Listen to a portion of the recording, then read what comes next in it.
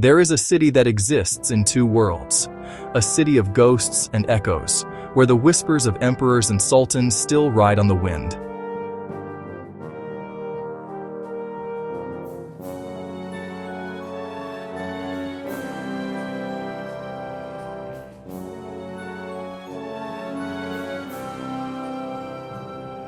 For over 2,000 years, this city has been the prize, the throne, the beating heart of empires. But the rulers who sat upon this throne could not have been more different. One built its legacy in stone and law, the other in faith and fire.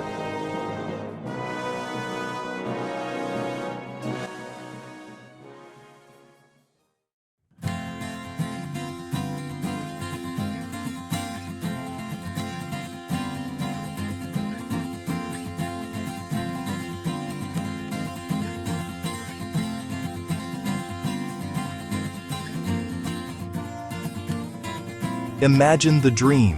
The Roman dream was one of order, a single unified world, bound by a common identity.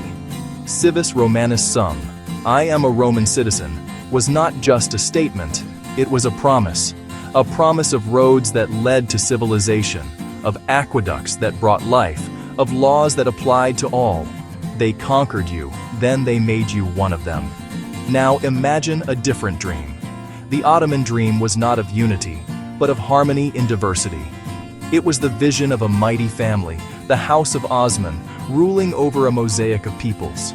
You could keep your faith, you could keep your language. You did not have to become an Ottoman. You only had to live peacefully under the shadow of their eagle wings. This was the millet system, an empire not of assimilation, but of orchestration.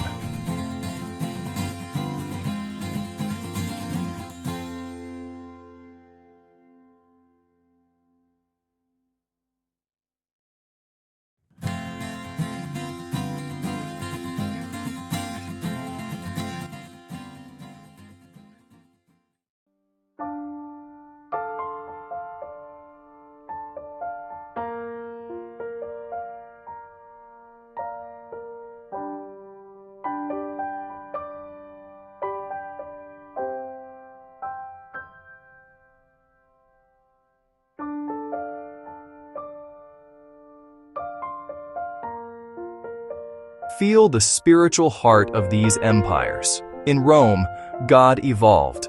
First, it was the capricious gods of the pantheon, demanding sacrifice. Then, a revolution, a single universal God.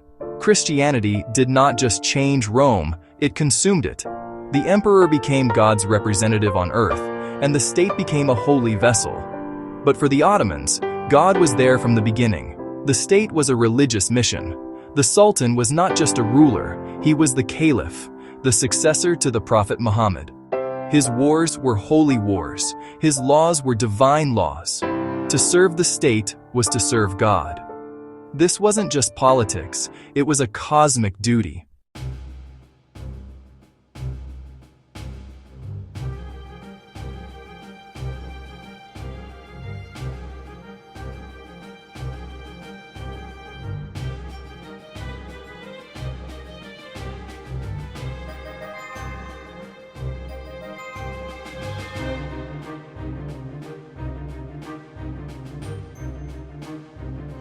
How do you build an army?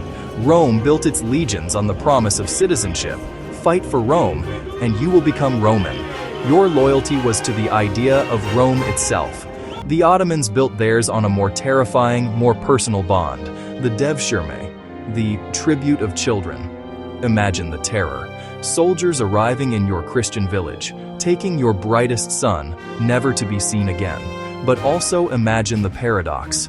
That boy, stripped of his past, could rise through sheer merit to become a Janissary, the Sultan's most elite soldier, or a Grand Vizier, the most powerful administrator in the empire.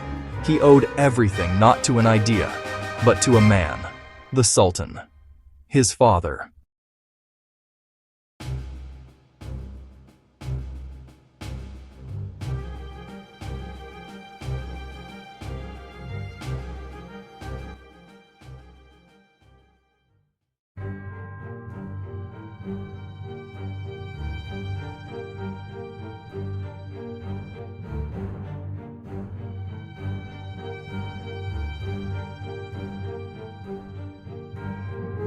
And so, their worlds turned.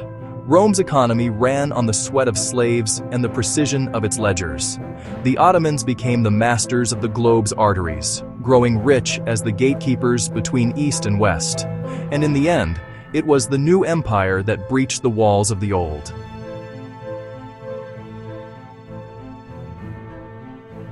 On May 29, 1453, the last Roman emperor, Constantine XI, died fighting on the walls, his empire reduced to a single city.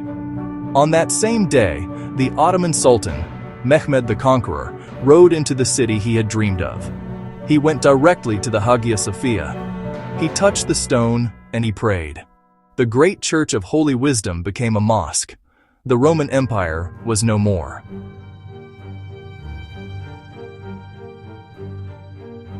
So do not ask which empire was greater. Ask yourself, which dream is more compelling? The dream of a single unified human civilization, or the dream of a magnificent tapestry woven from different threads, held together by the strength of a single will? They both lived here, in this city, and their ghosts are still talking.